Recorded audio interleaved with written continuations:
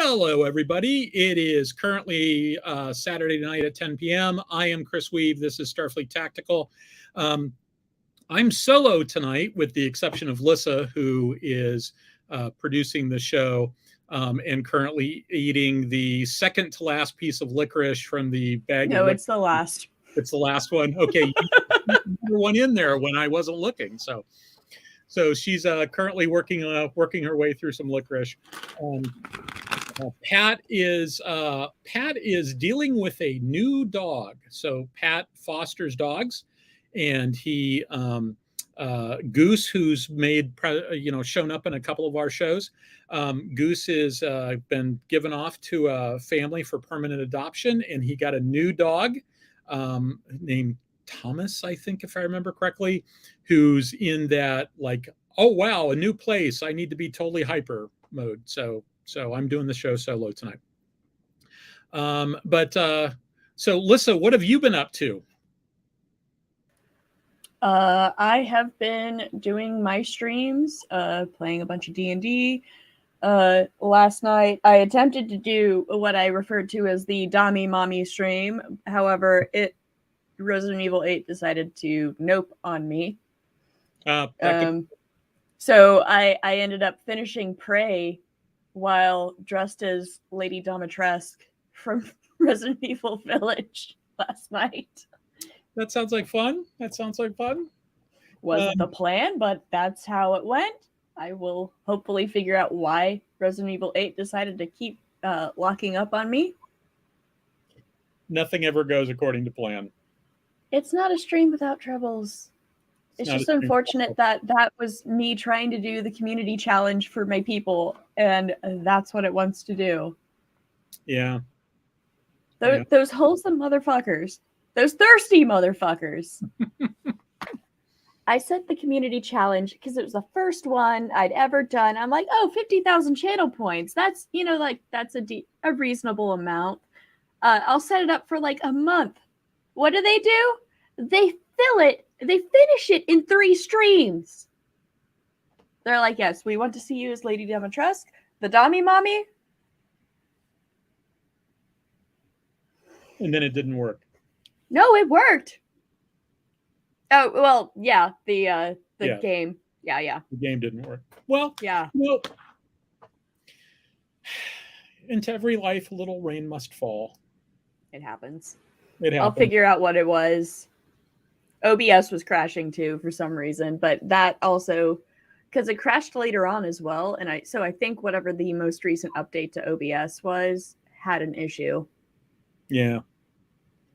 You mean software doesn't always work perfectly? No.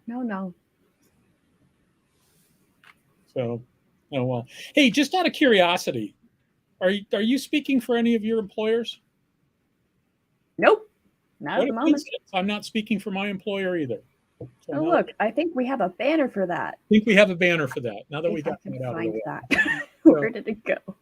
So there I was telling Lissa that I literally finished working on the presentation I'm going to do 5 minutes before I started talking to her, which was about 10 minutes before we went live. That I'd been thinking about it all day, but it took me a while to sort of get around to doing it.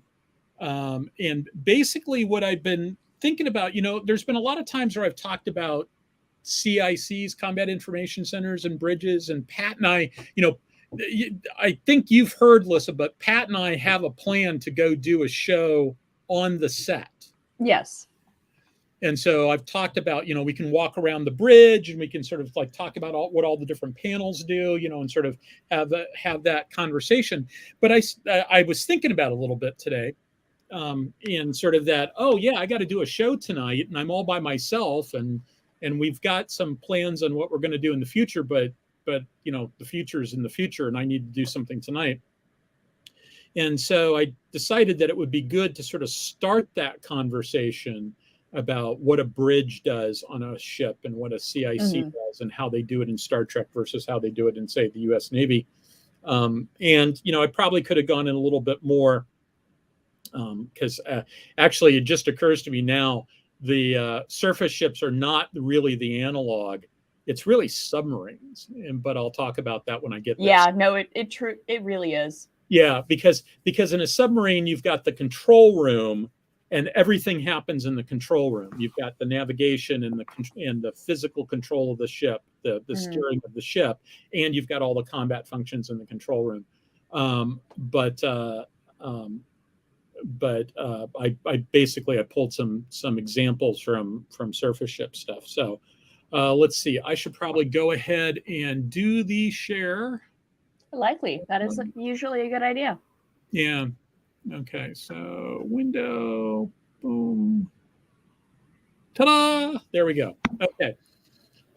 So yeah, and I forgot to update the date on it. It's as of today, not 11 December 2021. So I'll have to Hey, semantics. Yeah, I changed the name of the slide deck. I just forgot to change the date on the title slide. So, I think by now you've all figured out that are my opinions and not my employers.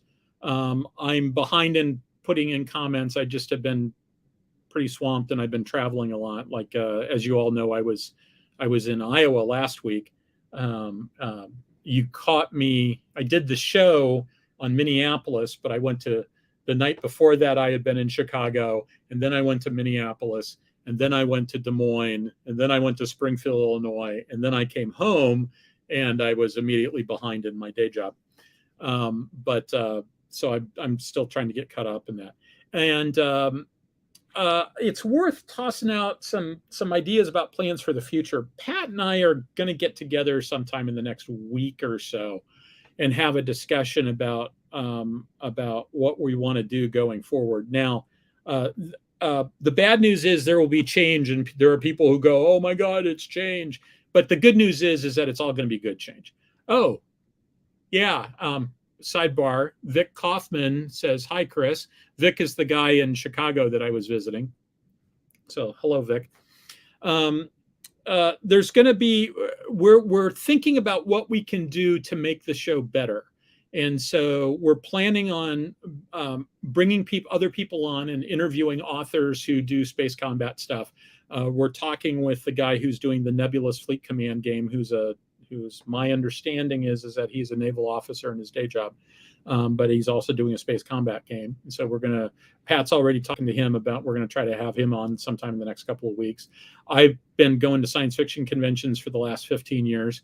So I've got a bunch of people I know that could come on the show. And so that's the plan, to bring some of them on the show. We're also thinking about, I want to sort of do some things that look more like book review stuff, some more formalized stuff, so that once a month I'll do a book review.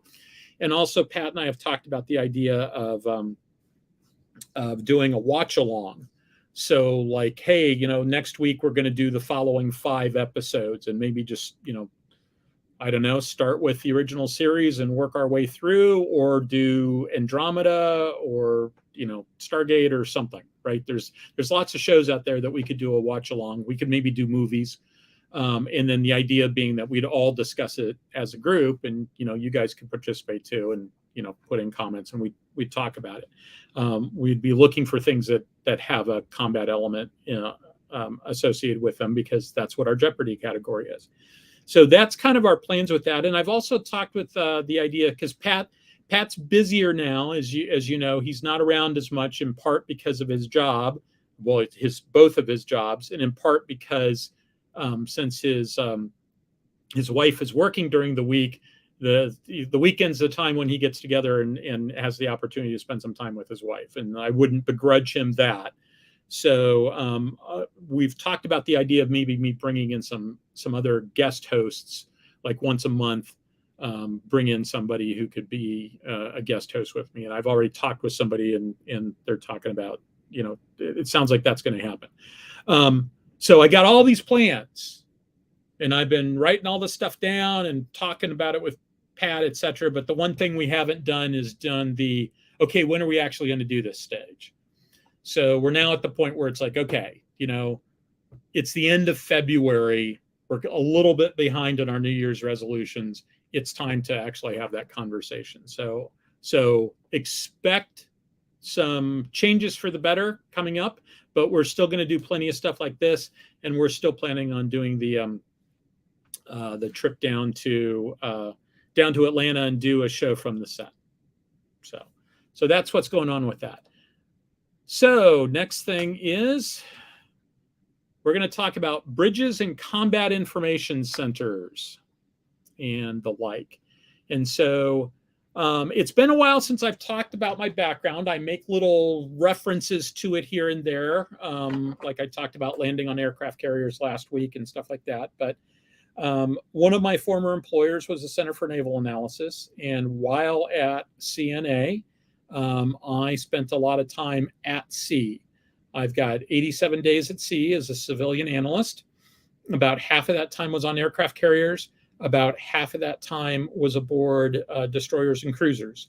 With the exception of the first time I went to sea on a destroyer, every time I've been at sea, I have been hanging out in the Combat Information Center. And on the small boys, I also spent a bunch of time up on the bridge, because the bridge is kind of a cool place to go hang out. Never spent any time on the bridge of an aircraft carrier, because they're a little bit fussier about visitors on the bridge. And so I'd go up on the flag bridge where there wasn't anybody else up there except maybe one or two other hangers on. Occasionally ran into an admiral every now and then. But it was all about, that was a good place to watch flight ops and stuff, but I never really got to see them do stuff on the bridge of the aircraft carrier. Got to see lots of stuff on the bridge of Arleigh Burke's and Ticonderoga class cruisers. So that's what my background is. That's what my experience is in this.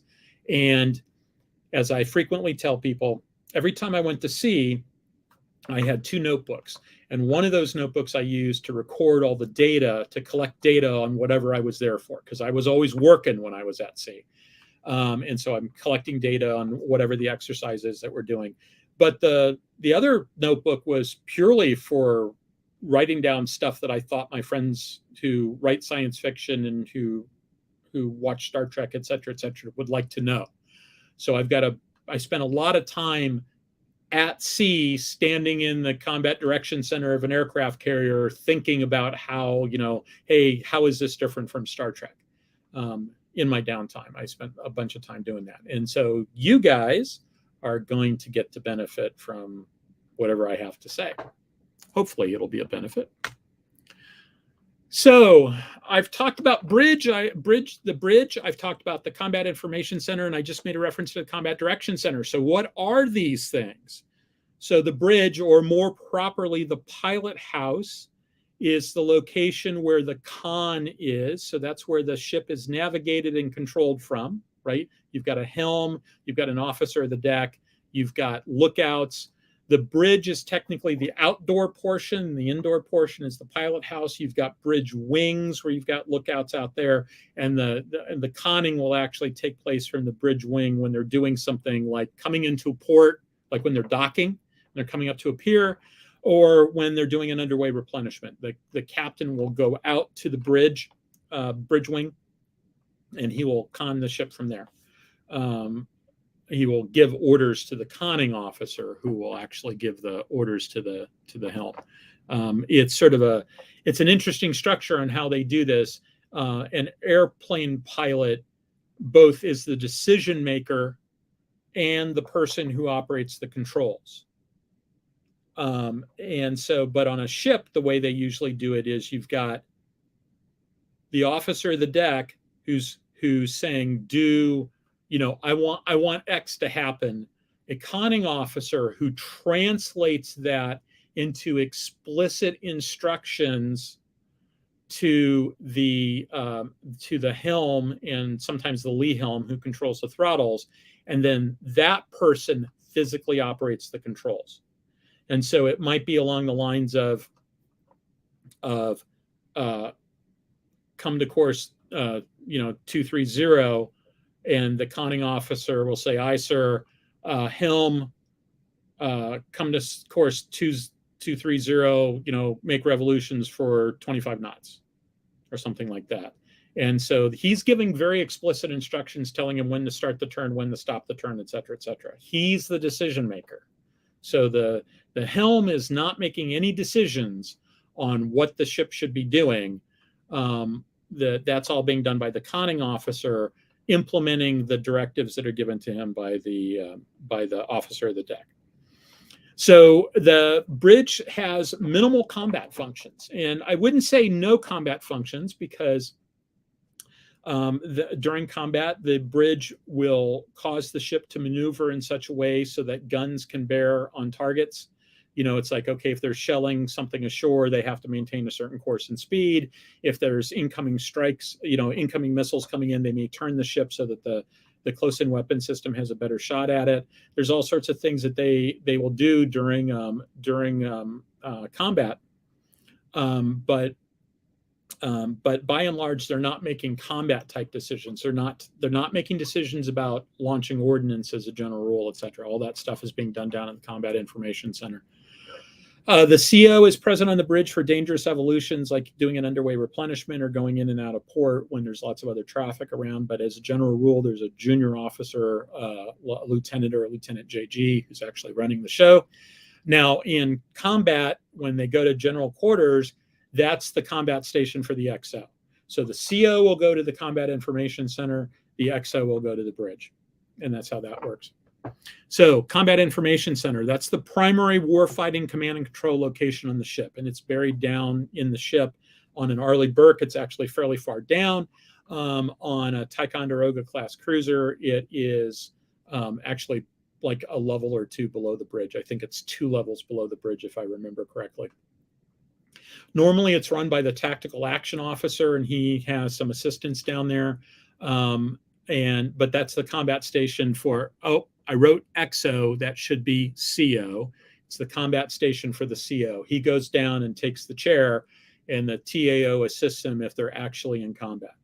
The TAO will provide direction to he's usually senior to the officer of the deck, and he'll provide direction because he's got all the sensors around him.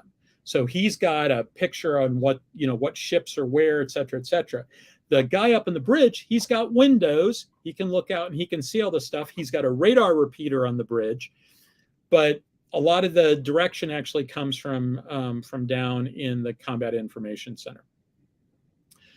Combat Direction Center is what they call the Combat Information Center on an aircraft carrier. It is differentiated from the Combat Information Center, not just in terms of having a different name, but it's also got multiple sections. So there's part of that room that is dedicated to ship self-defense. There's part of that room that is run by the Sea Combat Commander, who's a Navy 06. If you go back to where I talked about, it's probably 30 shows ago now, maybe 40, where I talked about the combat informations, the composite warfare commander system. The Sea Combat Commander, he's fighting all the ships. He's got control of all the surface assets. He's doing surface combat and undersea warfare, and he owns part of the Combat Direction Center for his people. And then there's another room off to one side, which is where the undersea warfare people are. They report to the Sea Combat Commander, but they've got their own separate little room because they're maintaining a separate plot, et cetera, et cetera. At one point, I never saw this, but at one point they started ripping out the bulkhead between those two spaces and turned it into one great big space. It's my understanding that they later decided that that was a mistake and started putting those bulkheads back in.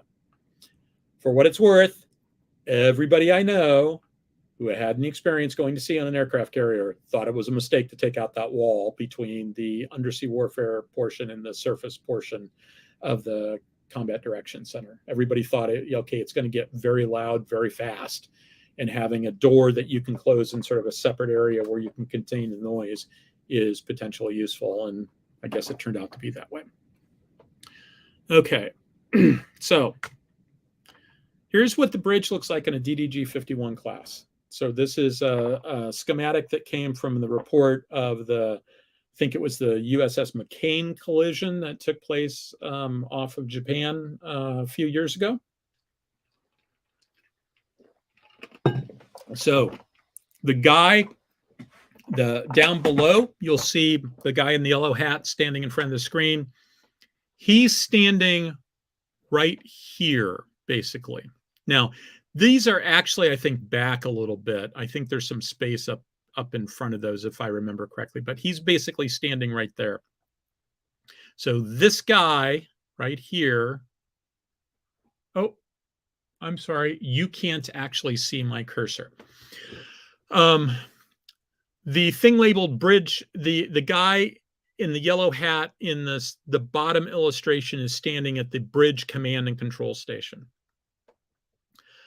The gentleman in the top photo is standing next to the steering wheel, and the guy in the top photo wearing the blue hat, who you can see his face, he's standing at the bridge command and control station, I believe, or in that same general area. So that's generally what it looks like. Now, there's some things here that you can't very well see because this is a highly stylistic view of the bridge. It's really kind of bigger than that. And there's an area in the lower left-hand corner where the ladder well comes up, where you can sort of hang out there. In fact, there are times where I'd go up to watch sunrise. I remember the officer at the deck coming over to me and saying, like, "How long have you been here?" And I said, "About 45 minutes." But it's really dark. You know, there's the only lights on the bridge at night are the scopes, and they've got everything turned way down, with the exception of there's a station that you can see is missing. If you look, you can see that there's, on the top photo, you can see there's a guy sitting.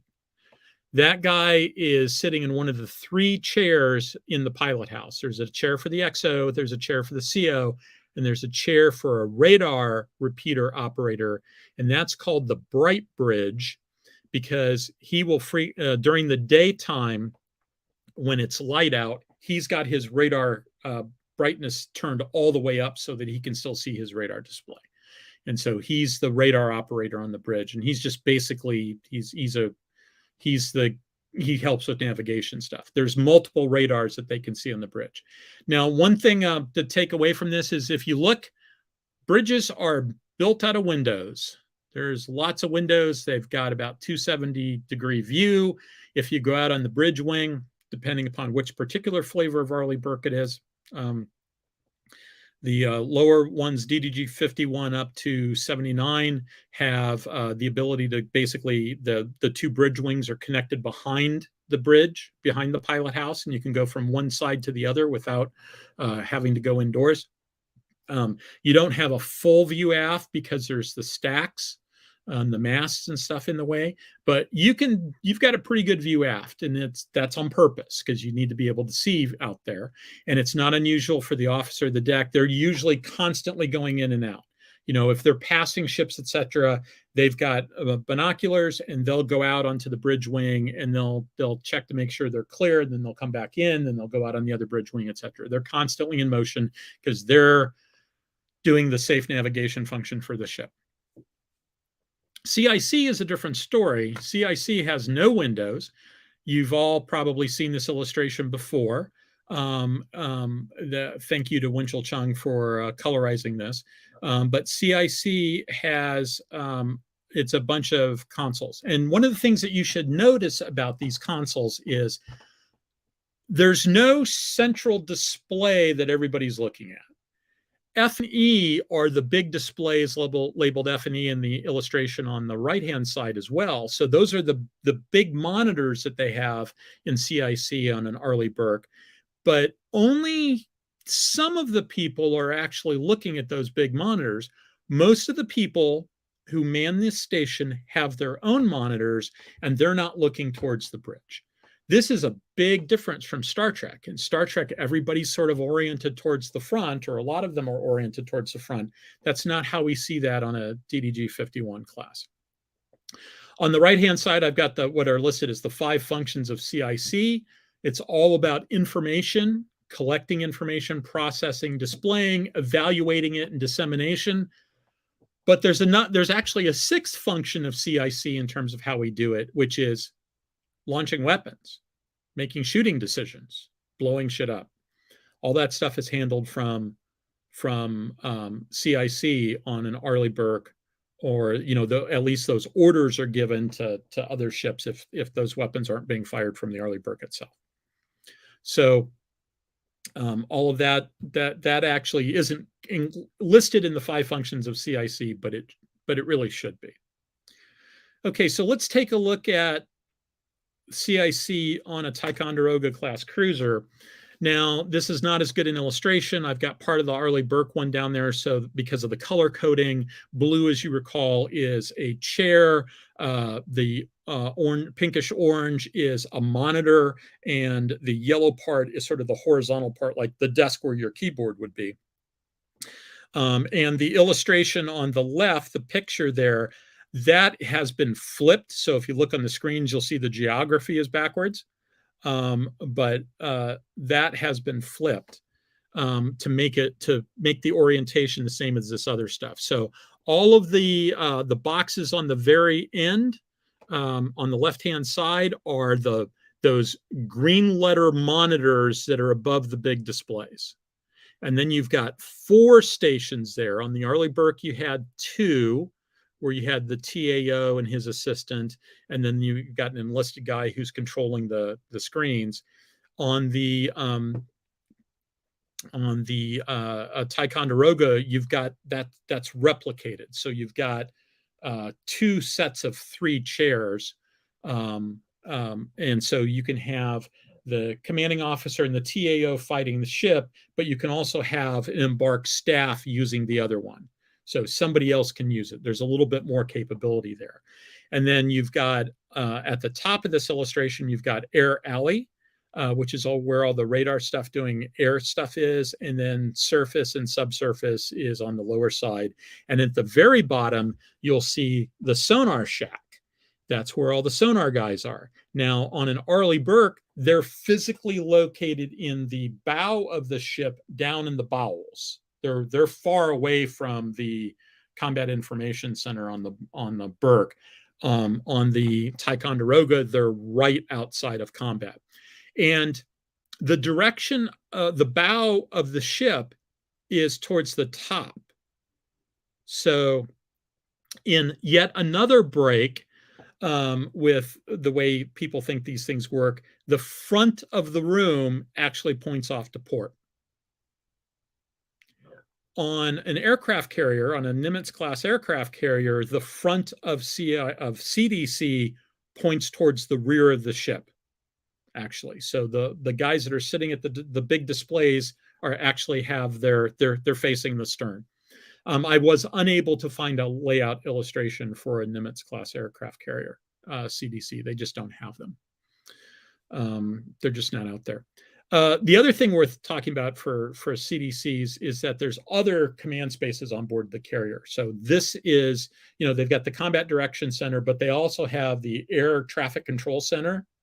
And there's other spaces here that aboard that control other functions. And you've got various electronic warfare stuff, et cetera, and they've got their own space where they control all that stuff. And they take orders from CIC or CDC, depending upon the platform. Okay, so here is the computer-generated layout of what a new Japanese frigate is supposed to look like. And that certainly comes closer to looking like it's a Star Trek bridge or a spacecraft bridge than what we see. Although, I've always said that I think that, when I see a Starship bridge, I see an Arleigh Burke CIC. I think that's the layout that I like. This is interesting. And one of the things you'll notice is some of those chairs are on wheels, which is always sort of interesting when you put chairs on wheels on a small ship, because they will roll around. Some of them are on pedestals, but some of them are on wheels. So, okay, so let's look at the original series. And these are illustrations that come from the Atomic Rockets website. So thank you, Winchell Chung, once again. Now that I've thanked him, I'm going to quibble with him. So Winch makes the argument on that site that the bridge should be thought of as the helm and navigation station, and that everything else is CIC. Okay, I will agree from the standpoint of if you have to map it over to current usage on the surface Navy, that statement is probably true. I wouldn't think of it quite that way. I would think of it as being an integrated control room, which I'll note two things. First of all, that's exactly how submarines work. And I realized it's too late to actually change the slides that I should have a submarine control room up here. Submarines have control rooms. The bridge is the part at the top of the sail where you navigate when you're on the surface.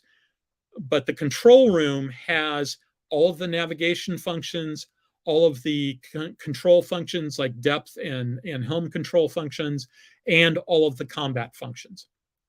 On Los Angeles class submarines, there's a separate sonar shack that's directly off the bridge. It's on the starboard side up forward.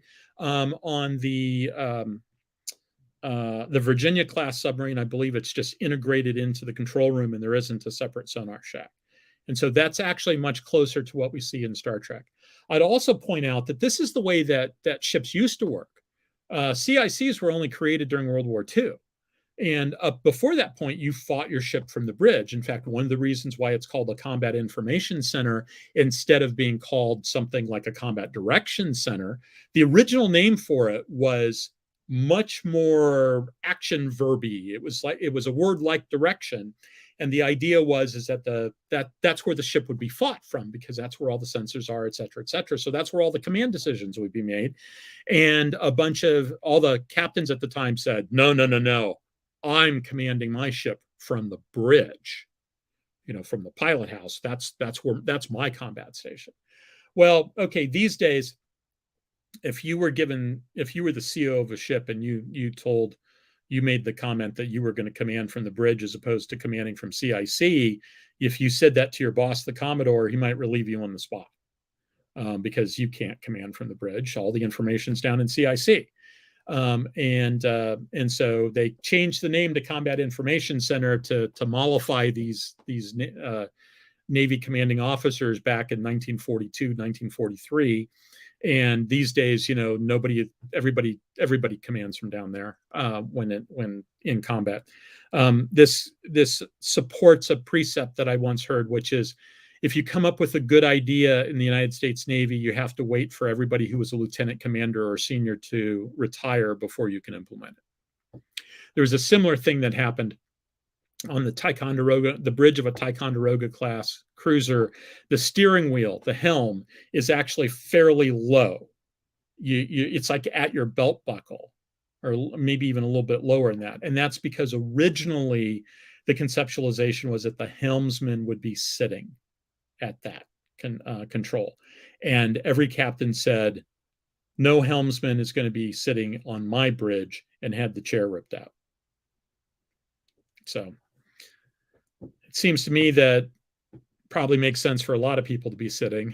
Certainly that guy who doesn't roam around. Lookouts officer of the deck, they have to run around. They have to go out in the bridge wing. They have to be, move from station to station to be monitoring everything. Helm doesn't have to move at all. He just stays there. His job is to stay there. Okay, so let's look at the Arleigh Burke. I didn't even know that somebody had created an Arleigh Burke in Star Trek, but here it is. I use it because it's got an illustration of a original series era bridge, and it's also got an illustration of something that looks more like a movie era bridge.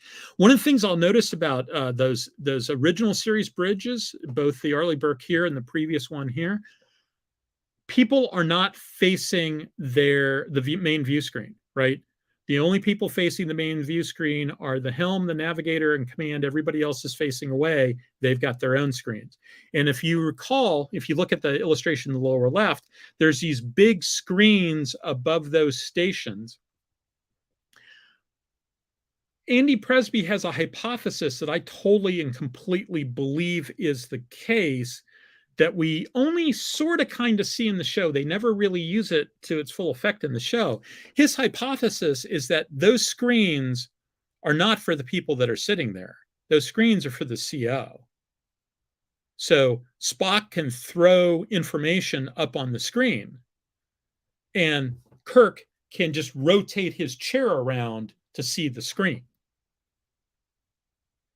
And that would work really well for maintaining the situational awareness of the commanding officer.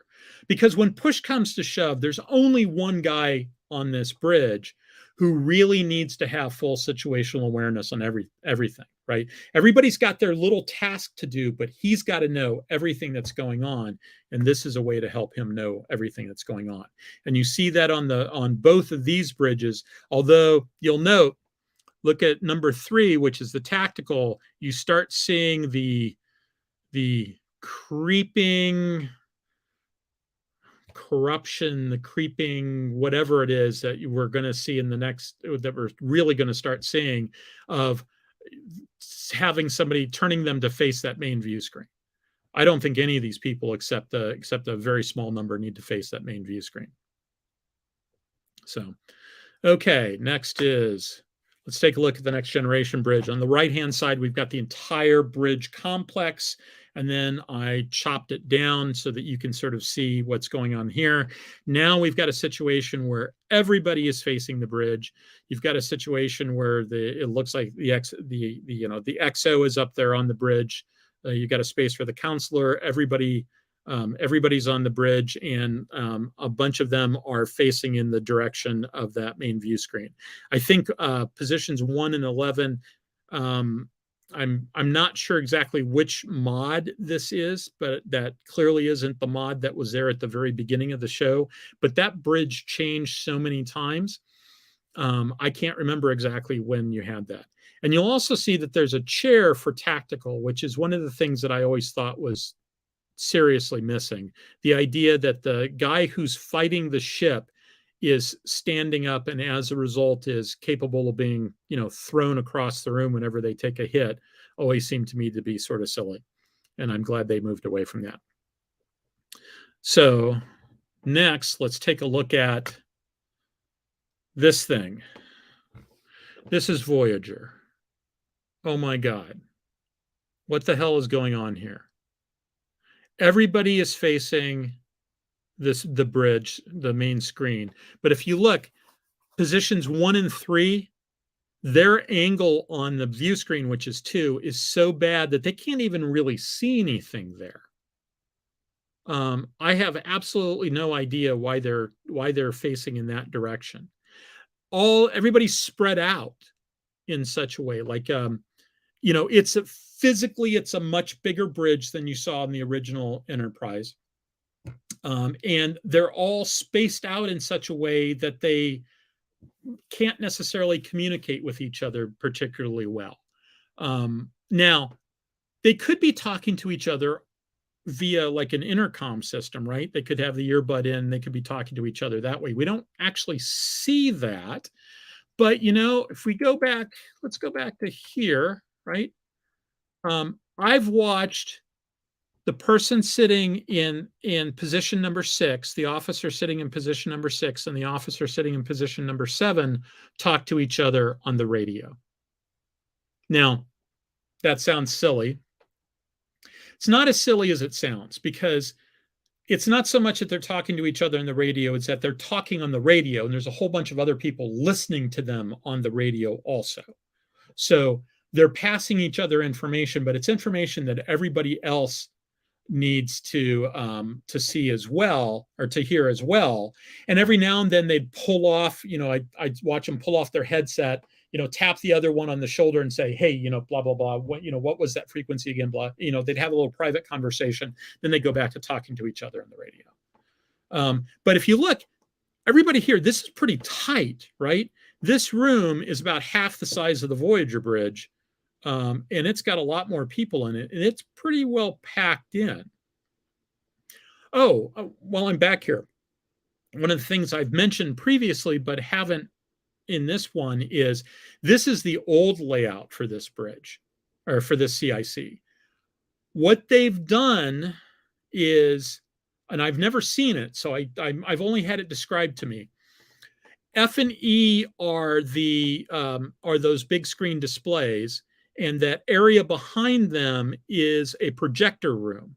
They've got new projectors so that now the projector, rather than having a throw of about 4 feet or 6 feet or whatever it is, the projectors use pretty heavy keystoning, and the projectors are basically mounted vertically below the screen and sort of project up onto the screen, which means they were able to move those screens back. They took that projector room out, and they took those stacks of monitors. H, G, D, and C are stacks of monitors, and they moved those out, and they took the raised flooring out, and some of the warfare officers, like that would sit at position 6 and position 7 with their enlisted folks, they put them in this area in front of the TAO and the CO that's down about foot and a half, probably about a foot, if I remember correctly. The raised floor is about a foot. And so they sort of sit down, and so the TAO and the CO are sort of looking over them to the big screen displays. So it sounds like maybe they decided that, I don't know what direction they're facing. Are they facing the screens? Are they facing the TAO? I think this was about better communication with the TAO, but I've never seen it. I'd really like to see it because it sounds really cool. I refer to this as the Battlestar Galactica bridge. Probably should have grabbed an illustration of both Battlestar Galactica's bridges, or see the bridge on the original series and the CIC and the new one, and sort of talk about that. But I forgot to do that. Oh, which reminds me of something else. If you remember on Battlestar Galactica, the helm position is actually in CIC. They don't make a big deal out of it, but they're actually steering the ship from within CIC. If you look at this CIC, you'll see towards the right-hand side that lone solitary chair. Looks like that chair's in front of a steering wheel. I think they've moved the helm down into CIC. We experimented with that at one point. We refit, I believe it was USS Yorktown, to have a helm position in CIC. And so the idea was, up on the bridge, up in the pilot house, you had the officer of the deck and the conning officer up there, and the lookouts up there, but the helm was actually down in CIC. Now, I could be wrong about who they had where. I know the helm was down in CIC. I'm pretty sure that the officer of the deck was up there. Conning officer, not sure where. They may have even streamlined it and taken the conning officer out. They were being experimental. They were trying stuff out. I believe it is the case that they decided that this didn't work and they refitted it back to its original configuration, but I don't know that either. Yorktown is now, they may have not bothered to do that because Yorktown was one of the first 5. In fact, I think it was the second Ticonderoga class cruiser. They've decommissioned those ships. So they, because they had the old twin arm launchers, they didn't have the vertical launch system, and as a result, and they didn't get all the upgrades that everybody else got. They couldn't fire a Tomahawk, etc. So those first 5 ships are out of the inventory, and so they may not have bothered to go back and refit it back to the old schematic.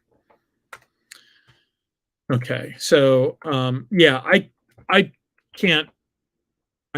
really can't fully express how much I hate this. I really can't express how much I hate this. It just seems to fall apart on so many different levels. It also sort of bothers me that you've got one guy in front of this console, the helmsman number 12. He's in front of this console that's so big that he has to have his chair on a rail so he can roll along on both sides. I can't imagine that there isn't a situation where you need to be doing the same, 2 people. He needs to be at both ends of that control panel at the same time, right? This does not strike me as being a recipe for success. I also don't understand why, and I've never understood this, why you have stairs every place. It seems to me that if you're in combat and the ship's rocking and rolling, the last thing in the world you want is a trip hazard.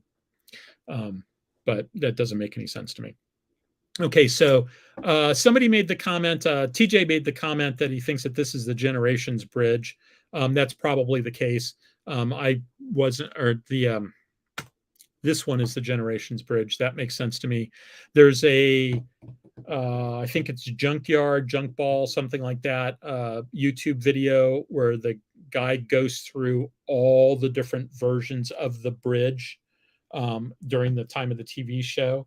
And that's a fascinating video because I knew it changed some. I didn't realize that they were making changes. Basically, they would make like 2 or 3 major changes per season.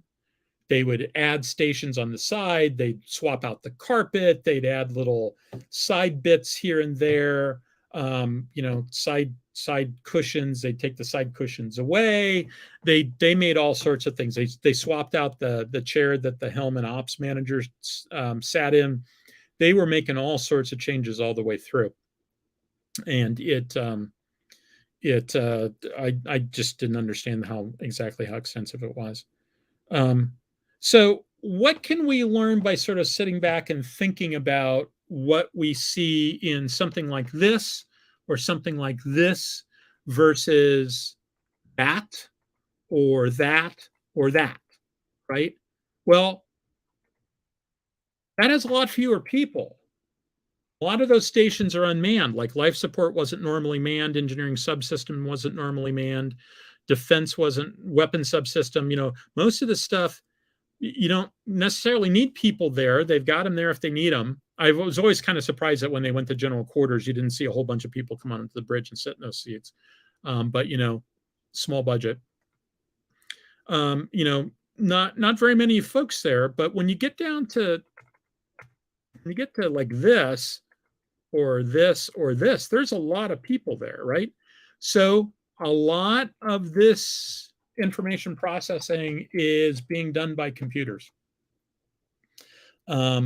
A lot of the things that you have people doing in a combat information center, you've got the ship's computer doing here. You've got Spock looking through the little visor thing at the sensor information, but there's a huge amount of sensor fusion that has to be taking place, and that's all sort of automated. You don't see a lot of things that look like what the Navy would call a common operational picture, just tracking stuff, right? In a CIC or a CDC, you spend an awful lot of time just plotting information. In some cases, you look at this. If you look at that table that hasn't been colorized in section 7 in the lower right-hand corner, it's got the 2 little rectangles at the bottom, and then there's a big table.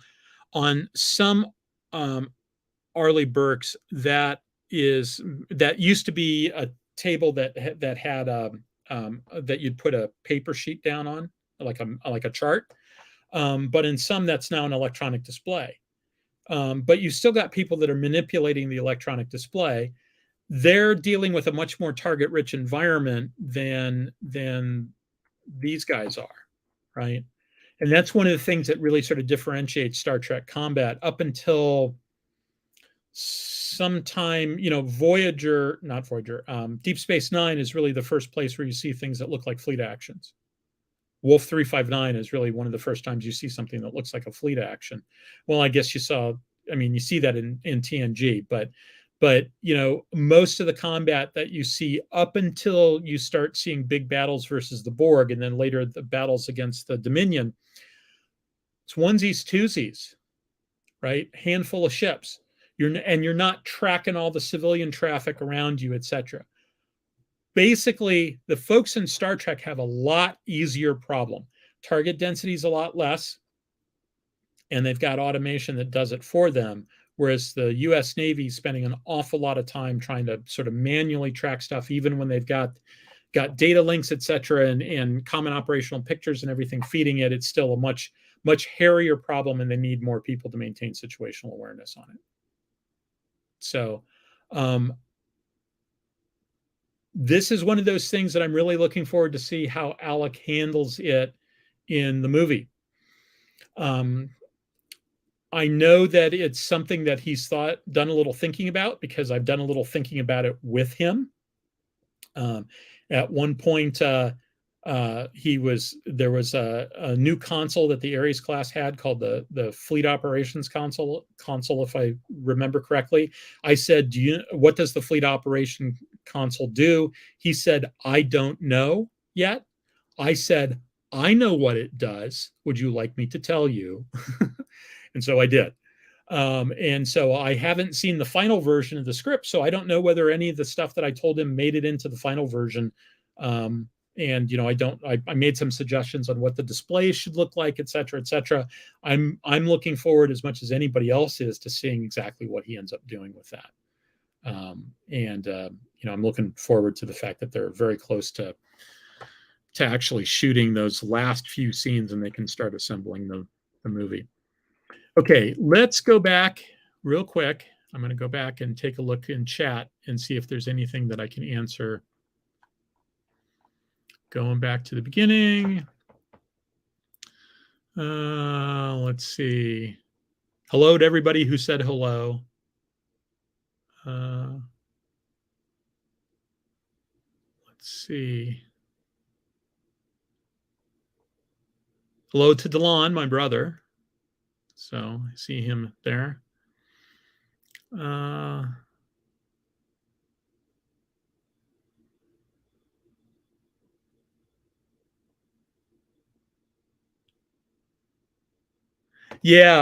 says something about going down to Mobile, Alabama, and going to Battleship Park there. I haven't been to the USS Alabama. I've been to the haven't been to North Carolina either. I need to go to both of those. I've been to another South Dakota class because the USS Massachusetts is at Fall River Battleship Cove, which is in Fall River, Massachusetts. That's a fantastic museum ship. You can climb all over that ship. You can go up into turrets. You can go down into the magazine. You can do all sorts of stuff. You can go into CIC, although it's all glassed off. You can't actually walk amongst the stuff, but you can see a lot of stuff there. I've also been to the New Jersey and the Wisconsin. The Wisconsin's in Norfolk, Virginia. The New Jersey is in, wait for it, New Jersey, Camden, New Jersey, right outside of Philadelphia. So those are all tours that are worth doing. For the first time I was on Wisconsin, nothing was open below decks. The last time I was on Wisconsin, you could actually go and do a tour. 10 years later, you could go and do a tour. And it's interesting because there's stuff that's different on Wisconsin than New Jersey. Bulkheads are in different places. Doors are in different places. They were all refitted when they came back in the 1980s. They refitted all of them because they took the Admiral's stateroom and they turned it into sort of a mini CIC. It's actually got two CICs because it's got the original one that's all about the big guns firing, and it's got the manual computer, that the gunnery computer, et cetera, for firing the big guns. And then it's got a separate CIC that controls the Tomahawk missiles and the close-in weapon system, all the stuff that they retrofitted in the 80s. And I can't remember what they called that separate CIC, but they took the Admiral's stateroom and put it there. And then they had to create a new Admiral stateroom in case they ever had an Admiral on board. And so they sort of tore out some internal bulkheads and rearranged some spaces, et cetera, in officer country to create another space. On the Wisconsin, they told me they never had an Admiral embarked on board it. The Admiral's stateroom was, to the best of their knowledge, was only used once, and it was used by Steve Martin when he went out to do a USO tour. Apparently, the helicopter pilot who took him out decided that it would be really great to do some aerobatic stuff with Steve Martin on board, and Steve Martin got off of it sick as a dog. Ended up canceling his USO show. Didn't actually do the show. Went and slept it off in the Admiral's stateroom. Later went down to the mess deck and spent a bunch of time talking to the sailors. He didn't do his comedy act, but he did spend a lot of time talking to them. So let's see. So yeah, I should go down to Mobile and see the Alabama. Still scrolling.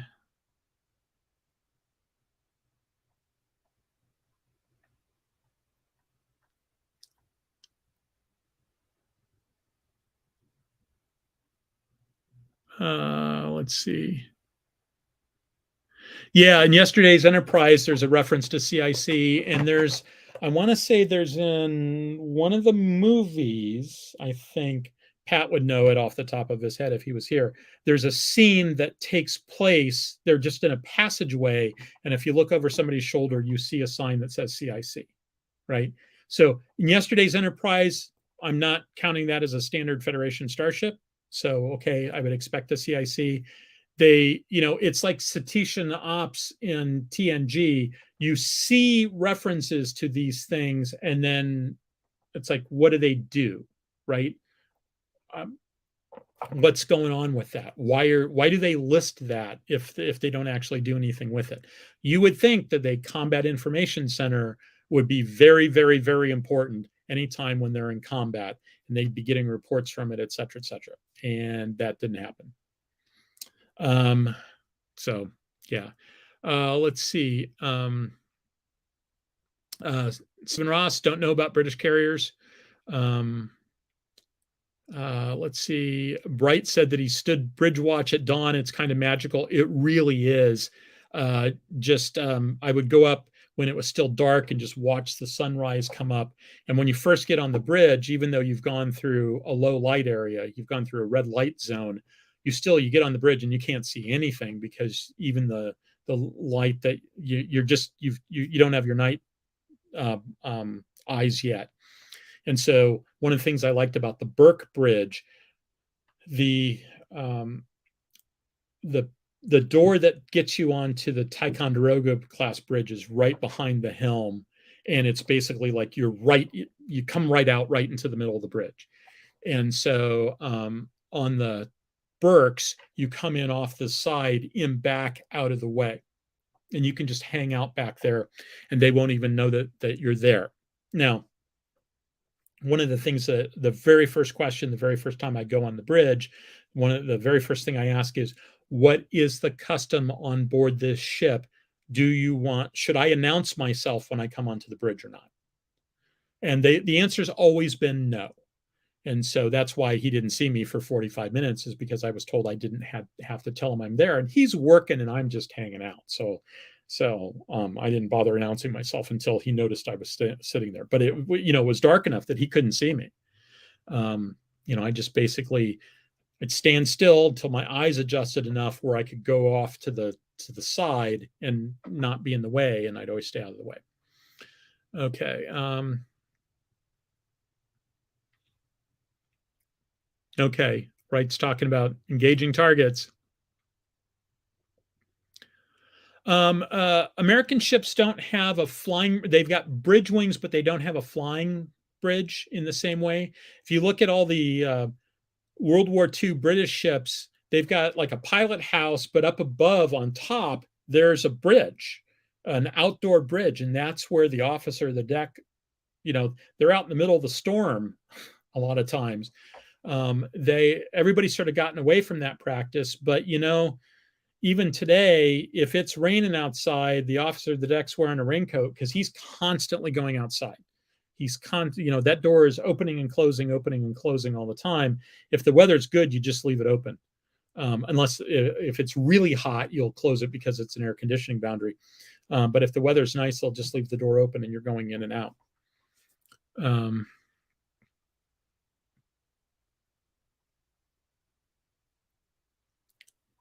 Okay. Yeah, Wright says it's not a big deal to have multiple locations where you can steer the ship. That's true. You can steer it from down in engineering. Worst case scenario, because I remember asking this question. It's like, well, what happens if this gets taken out and that gets taken out, etc. Worst case scenario, you can go down into the engine room, and there's a place where if you take a big wrench and you put the big wrench down there, you can use it as a tiller, and you can actually turn the rudder. So let's see. Yeah, Stephen Ross says that in the movies when they call yellow or red alert, people would start coming onto the bridge. Okay. So my brother says the family says hello, but he also called me the bug guy. Don't think that's what he meant. And hello hello from Dayton to Data Wasteland in Miami. So that's it. Oh, no, wait a minute. I'm sorry. I got a little bit more. Almost done. Yeah, there's a reference to the bowling alley and the pool on Kirk's Enterprise. That's the Franz Joseph blueprints. There are some people who believe that the Franz Joseph blueprints are just plain wrong, that they've been retconned out of existence. We know that they're wrong about some things. We know that the hull form for the secondary hull is wrong, because if you look at the model and you look at those blueprints, in the model, it's just a simple truncated cone with the scallop on the end and the hanger bay on the end. But the rest of it is just a simple truncated cone, because it's the sort of thing you turn on a lathe. Whereas it's got a much more complex curve in the Franz Joseph blueprints. And so I don't know what's going on with why he did that, but that wasn't quite accurate. Probably because I can't remember what was in what published materials there was before that, like the making of Star Trek. I can't remember what making of Star Trek had. He might have just been going off of that. But all right, see you later, Donnie. There's other reasons to think that doesn't work, unless that those blueprints don't work, unless you believe that they just sort of totally and completely reinvented how they do warp drive for purposes of the movie, like the intermix shaft, et cetera, et cetera. In the Franz Joseph designs, the engines are clearly their own thing. The antimatter stored in the engines, they're sort of a disconnected, there's power conduits coming down, et cetera. But you don't see anything that looks like the plasma conduits, et cetera. So it would have to be a dramatically different technology base, even from the movie Enterprise. And there's some people who don't think that that's how they did it. I like them both. I like all those ideas. Star Trek, as I've said previously, there isn't really one canon in Star Trek. There's multiple canons, which I've come to the belief, adopt the things you like. If there's something you really have a problem with, leave it be. So, all right. So I am 48 seconds late. My apologies, Lissa. According to my watch, although my guess is my watch is probably wrong, and I've probably gone over a little bit. Is that true? It's 3 minutes. You're fine. Okay. All right. So with that in mind, everybody, thank you very much. I don't think I'm going to do comments on this one because I was able to go through and respond to stuff verbally. But thank you very much for attending tonight. And I look forward to seeing you next week. And hopefully I'll have Pat with me next week. But at some point we'll have the Nebulous Fleet Command guy on, and we'll have some other people on. And I'm looking forward to doing all that. So thank you very much, everybody. Have a good weekend.